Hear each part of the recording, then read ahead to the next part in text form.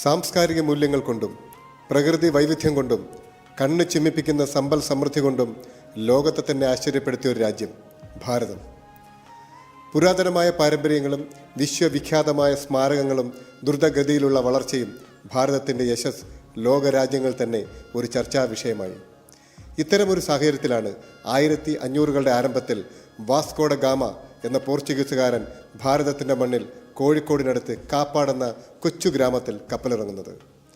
ഭാരത സംസ്കാരത്തെ അലങ്കരിക്കുന്ന അതിഥി ദേവോ ഭവ എന്ന മന്ത്രം ജപിച്ചുകൊണ്ട് ആ കൊച്ചു ഗ്രാമത്തിലെ നാട്ടുകാർ അദ്ദേഹത്തെ അങ്ങേയറ്റം സ്നേഹത്തോടെ വരവേൽക്കുകയുണ്ടായി. പിന്നീടുള്ളത് മറ്റൊരു ചരിത്രമായിരുന്നു.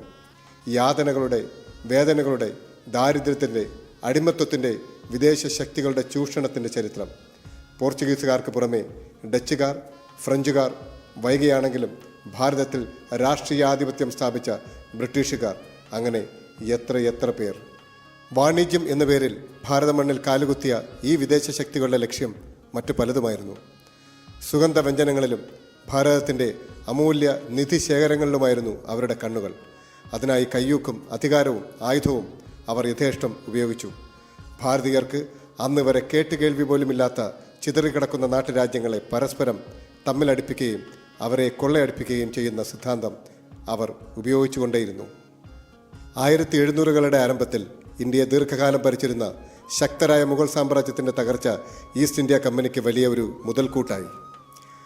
1787 നടന്ന പ്ലാസി യുദ്ധത്തിൽ റോബർട്ട് ക്ലൈവിൻ്റെ നേതൃത്വത്തിലുള്ള ഈസ്റ്റ് ഇന്ത്യ കമ്പനിയുടെ പട്ടാളം അന്നത്തെ ബംഗാൾ നവാബായിരുന്ന സിറാജ് ദൗളയെ പരാജയപ്പെടുത്തി. അതോടെ ഈസ്റ്റ് ഇന്ത്യ കമ്പനിയുടെ ആധിപത്യ വാഴ്ചയുടെ കാലമായിരുന്നു. സാധാരണക്കാരെ ദാരിദ്ര്യത്തിലേക്കും അടിമത്വത്തിലേക്കും വലിച്ചിഴച്ചുകൊണ്ട് ഈസ്റ്റ് ഇന്ത്യ കമ്പനി വളർന്നുകൊണ്ടേയിരുന്നു.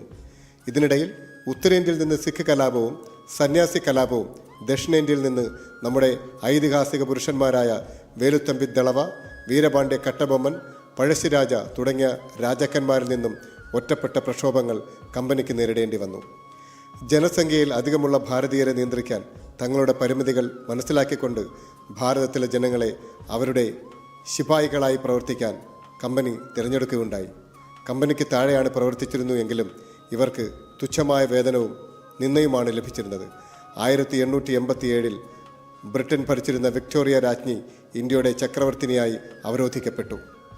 സംഘടിതമായ പോരാട്ടത്തിൻ്റെ ശക്തി മനസ്സിലാക്കിയ ഭാരതീയർ 1885 തങ്ങളുടെ സ്വാതന്ത്ര്യ സമര സ്വപ്നങ്ങൾക്ക് പുത്തൻ പ്രകാശമായി ഇന്ത്യൻ നാഷണൽ കോൺഗ്രസ് സ്ഥാപിതമായി. അക്കാലത്ത് ബംഗാൾ പോലെയുള്ള സ്ഥലങ്ങളിൽ നിന്ന് ബ്രിട്ടീഷുകാർക്കെതിരെ വൻ പ്രക്ഷോഭം നടക്കുന്നുണ്ടായിരുന്നു.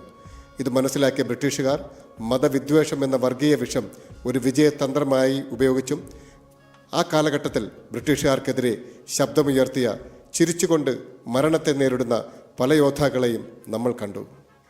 1915 സൗത്ത് ആഫ്രിക്കയിൽ നിന്നും ഒരു യുവാവിൻ്റെ വരവോടെ ഇന്ത്യയുടെ ചരിത്രം മാറ്റിയെഴുതപ്പെട്ടു. മോഹൻദാസ് കരംചന്ദ് ഗാന്ധി, ഇന്ത്യയുടെ മഹാത്മാഗാന്ധി, അന്നേ വരെ ഇന്ത്യ കണ്ടിരുന്ന പ്രക്ഷോഭ സിദ്ധാന്തങ്ങളെ മാറ്റിയെഴുതുന്നതായിരുന്നു അദ്ദേഹം ഉപയോഗിച്ചിരുന്ന ശൈലി. അഹിംസയിലൂന്നിയ ഒരു പുതിയ സമരമുറയ്ക്ക് അദ്ദേഹം തുടക്കം കുറിച്ചു. ഉപ്പ് സത്യാഗ്രഹത്തിൻ്റെ ഭാഗമായി ദണ്ഡി കടപ്പുറത്തേക്ക് കാൽനടയായി യാത്ര ചെയ്ത് ഗാന്ധിജിയും കൂട്ടരും ഉപ്പ് പെറുക്കി പ്രതിഷേധിച്ചു. ഇതിനോട് ആദരസൂചകമായി എല്ലാ ഭാരതീയരും പങ്കെടുത്തു. ഓഫീസുകളും സ്കൂളുകളും കോളേജുകളും അടഞ്ഞുകിടന്നു. വിദേശീയ സാധനങ്ങൾ നടുറോഡിലിട്ട് കത്തിച്ചു കളഞ്ഞു. കരമടയ്ക്കുന്നത് ബഹിഷ്കരിച്ചു. ആ കാലഘട്ടത്തിലാണ് ഇന്ത്യൻ ജനതയുടെ അഭിമാനമായ നേതാജി സുഭാഷ് ചന്ദ്രബോസ് ഇന്ത്യൻ നാഷണൽ കോൺഗ്രസിൻ്റെ പ്രസിഡന്റായി സ്ഥാനം ഏൽക്കുന്നത്.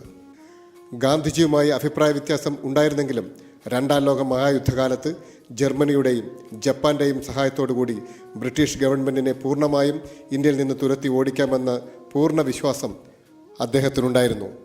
തങ്ങളെക്കാൾ ശക്തരായ ബ്രിട്ടീഷ് സാമ്രാജ്യത്തെ നേർക്കുനേർ നിന്ന് പോരാടാൻ നേതാജി കാണിച്ച ധൈര്യം ഏതൊരു ഭാരതീയനും രോമാഞ്ചം ഉളവാക്കുന്നതാണ്.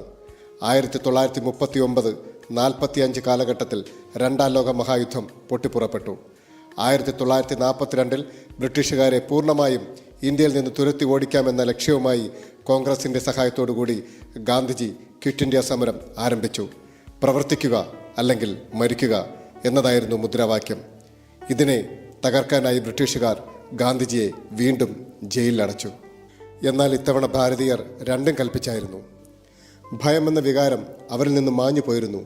തീതുപ്പുന്ന തോക്കുകളോ മരണത്തിൻ്റെ തൂക്കുകയറോ അവർ ഭയപ്പെട്ടില്ല. ഇത്തരമൊരു മാനസികാവസ്ഥയുള്ള ജനതയോട് പോരാടാനുള്ള ശക്തി ബ്രിട്ടീഷ് ഗവൺമെൻറ്റിന് ഉണ്ടായിരുന്നില്ല. ഏത് നിമിഷവും ഭാരതം സ്വാതന്ത്ര്യം നേടിയെടുക്കുമെന്ന ശുഭാപ്തി വിശ്വാസം എല്ലാവരിലും ഉടലെടുത്തു.